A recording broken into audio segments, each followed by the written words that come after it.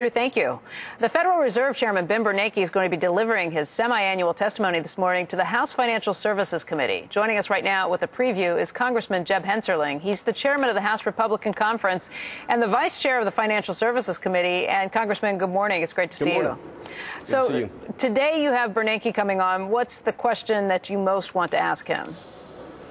Well, what I really want to ask him is, when is there going to be a realization that to some extent we're at the limits of what monetary policy can do? I mean, we are in the midst of the slowest, weakest recovery in the post-war era, yet we're seeing the most accommodative monetary policy that we have ever seen.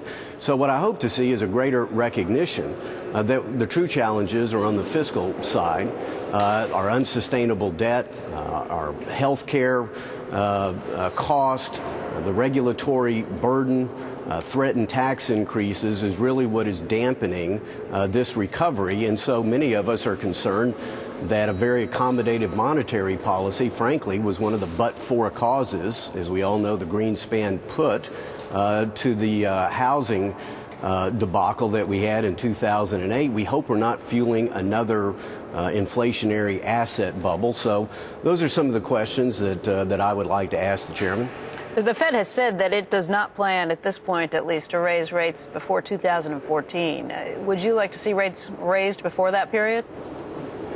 Well, again, even though I somewhat sit on the sidelines and wonder about monetary policy, I think what would be worse is have 535 individual members of Congress conduct monetary policy. But again, I think there needs to be a recognition that there are limits of what monetary policy can achieve.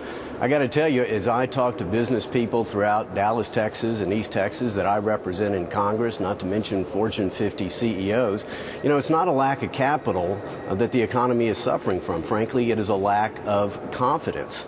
And again, that all dates back, it frankly harkens back to a lot of the president's policies in threatening the single largest tax increase in American history, the burden of his health care plan, the uncertainty surrounding the Dodd-Frank plan. And so, again, the solution has to come there. You know, whether we do QE1, QE2, QE3, QE4, at some point, again, monetary policy has its limits. You know, Congressman, I'm not sure if you heard the conversation that we were having just before the break. Alan Schwartz is our guest host today, and he laid out this idea that for a while the United States had a very easy monetary policy, but until very recently we were pushing against very constrained very constrained monetary policy from Asia and from Europe. That's changed. And if you look at this as a global economy, that could be that global, easy economic or monetary policy could be the reason that we didn't see a double dip. What do you think of that idea? Well, I'm somewhat uncertain of that. Again, I do believe that fundamentally it's not a lack of capital, and 2012 is not the same as 2008. I would also add that on a consolidated basis, that our debt to GDP ratio is worse in the U.S. than it is in the EU. And so, again, I'm somewhat fearful of even, until we get our fiscal house in order and do something about our long-term structural debt, I still fear that a further easing of monetary policy, again, the Fed has tripled its balance sheet, I think could, again, plant the seeds of a larger inflationary asset bubble and ultimately do more harm than good. In terms of looking at that deficit, do you think anything can get done this year in an election year to try and tackle the deficit?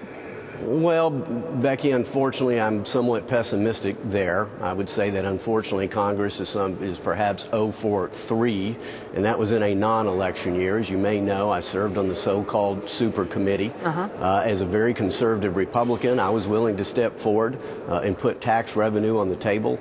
Although I don't believe the economy needs tax increases, unfortunately, I didn't see the other side, my Democratic colleagues, come forward with anything that would begin to address our entitlement spending crisis. And everybody knows that you cannot deal with America's structural debt until you deal with entitlement spending.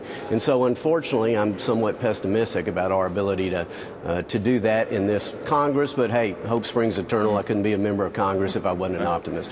Jim, oh no, it's Jeb. I always bring that up, don't I? When that reference to when the president called the president called you, Joe. The president called you Jeb. I'm like Gail Collins. I can write about that dog on the roof like 10,000 times, and I still think I'm clever. Anyway, I know she does, and your editor just lets her write it every time to try and subvert Romney's. Anyway, whatever. But Jim, no Jeb, percentage from me. Yeah, there is it. You can't say anything. We had someone on the other day who said we can't sit around waiting for the sequester and waiting for the Bush tax cuts to expire.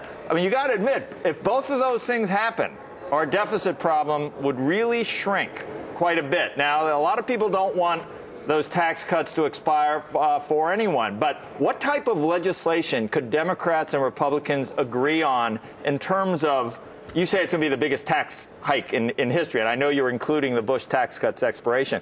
How do we not just let that happen? What could these two polarized sides come up with so that that's not the end result?